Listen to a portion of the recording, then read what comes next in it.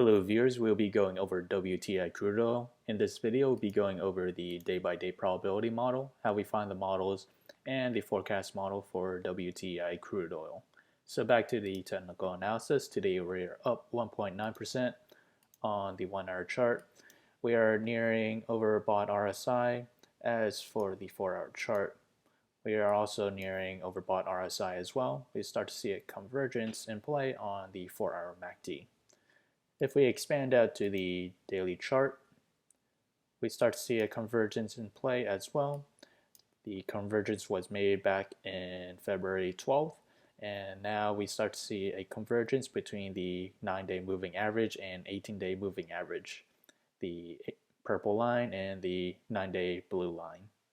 So as we continue to make this slight reversal, we may see an resistance around a price of, I would mark the resistance around $54, and reason why, we have a floor back in January 28th, so we had 3 days of floor, and since we're below support level, that now act as our resistance, and we also had a gap down around that range as well, so that is our immediate resistance. If we do manage to break above that resistance, do expect WTI crude oil to climb up higher. As for support, we do manage to see several days of support around a price of $49.60.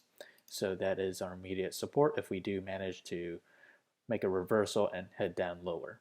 So if we were to head up higher, that price movement is roughly around 1.3% to the upside to hit the resistance, and to the downside it is around 6.7% to the downside to hit back in previous support.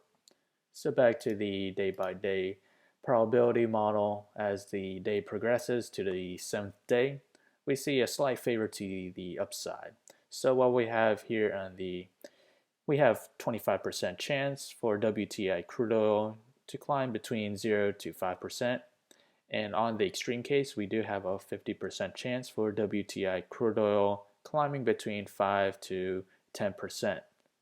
And as for the other side, we have a 25% chance for WTI crude oil falling between 0 to negative 5%. Again, this model is now available in the link below, so do check it out.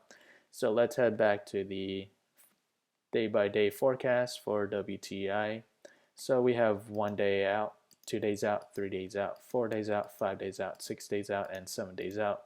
So which one of these models we should focus on? Ideally, the model that is the best match to the current trend. Right here we have the current trend, and below is the trend that I believe is the best match. This trend dates back to October 7, 2006 to January 26, 2007. So let me point out why these two charts are similar.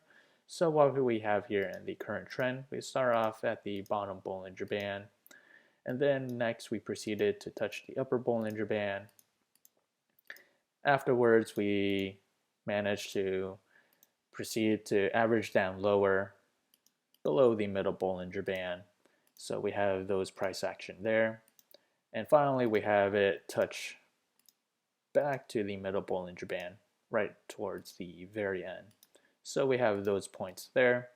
What we see in the trend question, we start to see it start off at the middle Bollinger Band, and then next we proceeded to touch the upper Bollinger Band, and afterwards we see it start to average below the middle Bollinger Band.